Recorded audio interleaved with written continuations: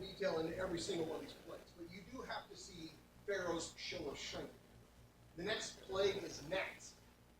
With his own magicians, can't produce. And this alters Pharaoh's mindset a little. You see, if Pharaoh can do it, then he's on the high ground.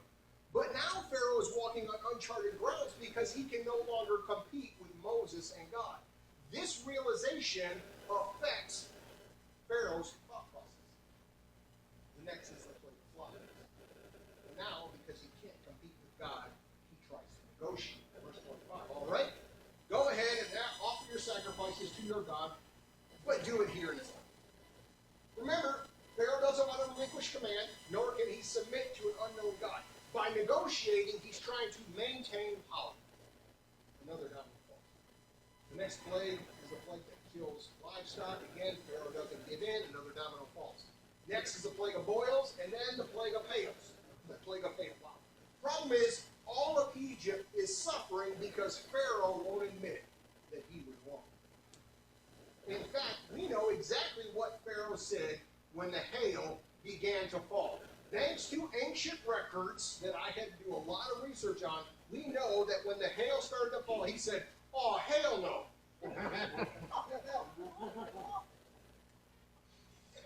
I'm trying to wake you all up, okay? Apparently it's only working for some of you. Here's what it actually says. Here's what Pharaoh actually says. This time I have sinned. The Lord is the righteous one, and my people and I are wrong. Please beg the Lord to end this terrifying thunder and hail. We've had enough. I will let you go. You don't need to stay any longer.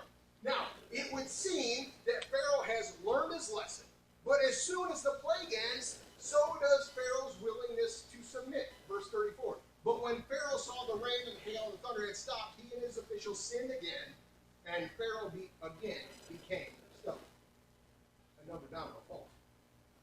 Then we see the plague of locusts. And again, we see Pharaoh try to negotiate. But what's interesting here is that Pharaoh's own magicians, his own wise men, his own sorcerers, they begin to realize who this new God is.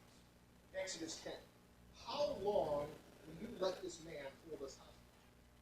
Let the men go to worship the Lord their God. Don't you realize that Egypt lies in ruins? The country is starting to realize that Pharaoh is not so great. But that doesn't deter Pharaoh. Again, he is God, and he has to do things his way, despite what his friends and his fellow countrymen say. You know, he's a God. He doesn't have to listen to them. Verse 8, Pharaoh's negotiating again. All right, go and worship the Lord your God. But who exactly is going? Well, everyone's coming. Everyone's coming. You know, we're not going to leave anybody behind. Again, this is Jewish Woodstock. We are going to party. Everyone is going to party. We're not leaving anyone behind. Verse 10. The Lord will certainly need to be with you if I let you take your little ones. I can see through your evil plan. Never. Only the men may go and worship the Lord. So understand, by keeping the children and the women in Egypt, the Israelite men have to come back from their festival. Again, this is a power move by Pharaoh. He's trying to maintain control. He's trying to maintain power. He is trying to control the situation. Next is the plague of darkness, and again, Pharaoh can't see what he's doing. 3 people said something there. You know what? Forget it. So we go from the plague of blood all the way to the plague of darkness. Each plague worse than the one before. Yet all of these could have stopped if Pharaoh just submitted. He could have ended all the pain. He could have ended all the suffering. But he had to do things his way. He had to maintain power. Then we come to the final plague that kills all the firstborn. Here, God is going to demonstrate his power to be so called God. So God did what God promised, and he killed the firstborn son all the way from Pharaoh all the way to livestock. But then here's Pharaoh's response. Exodus 20. Get out. You want to leave my people and take the rest of the Israelites with you. Go and worship the Lord as you have requested. Take your flocks and herds, as you said, and be gone. It's only when Pharaoh became a broken shell of a man that he learned how to live. The problem is, by then, it was too late. See, he was so focused on his own power, his own wants,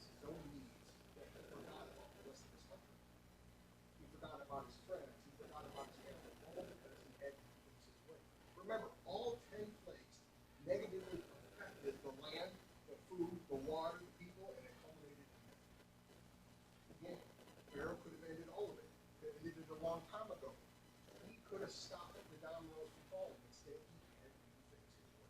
So here's the point I want to make to you. Our way is not always the best way. And when we focus on doing things our way, we tend to forsake others and we tend to forsake God. The truth is, if life is getting worse and things are not going well for you for whatever reason, despite your best efforts, you may want to ask yourself, why? Why is this happening to me?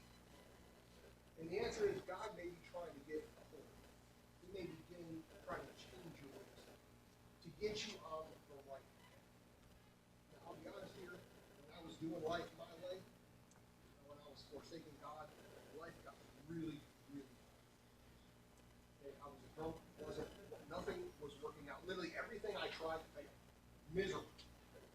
And it wasn't until I started confessing my sins and started to change my life around that things began to go right. I had to stop the dominoes from falling. And think about this in terms of Pharaoh. The country lies in ruins. They could have rebuilt. It would have taken a while, but they could have done it. However, because Pharaoh believed that he was God, he believed that he was all powerful. He needed to prove to himself that he was all powerful, that he was God. He goes after Israel one more time. Exodus 14. The Egyptians chased after them with all the forces of Pharaoh's army. All his horses, his chariots, his charioteers, and his troops. Now we know the story. God used Moses to part the waters. They walked through the Red Sea. The Egyptians chased after them. And then verse 28, then the waters returned and covered all the chariots and charioteers, the entire army of Pharaoh. Of all the Egyptians who had chased the Israelites into the sea, not a single one survived. Pharaoh couldn't leave one of them. As a god, he had a reputation to uphold. He couldn't appear weak. He couldn't appear defeated. He had to win despite the cost. I'll be honest, I hate to lose. I hated losing in sports, even though all the teams I played on were terrible, and we lost all the time. I won a championship, but we don't count that. One does not count, 10 years in sports. I also hate losing in PlayStation. I know you all know that. I hate it, especially to a 50-year-old guy who's still living in his parents' basement, eating, Hot Pockets. It drives me crazy. What's worse, the 50-year-old or the 10-year-old? Good question. We'll talk about it later. But the point is, I am not going to forsake my family or my friends to prove a point. Okay, I am not going to destroy my life because of my pride. The truth is, we need to stop doing things our way. Again, okay, I like doing things my way, but my way didn't get me. In fact, it got me the exact opposite. My life was just a series of bad dominoes falling that I could have stopped at any given point in time, and I chose not to. And Pharaoh, doing things his way, didn't get him any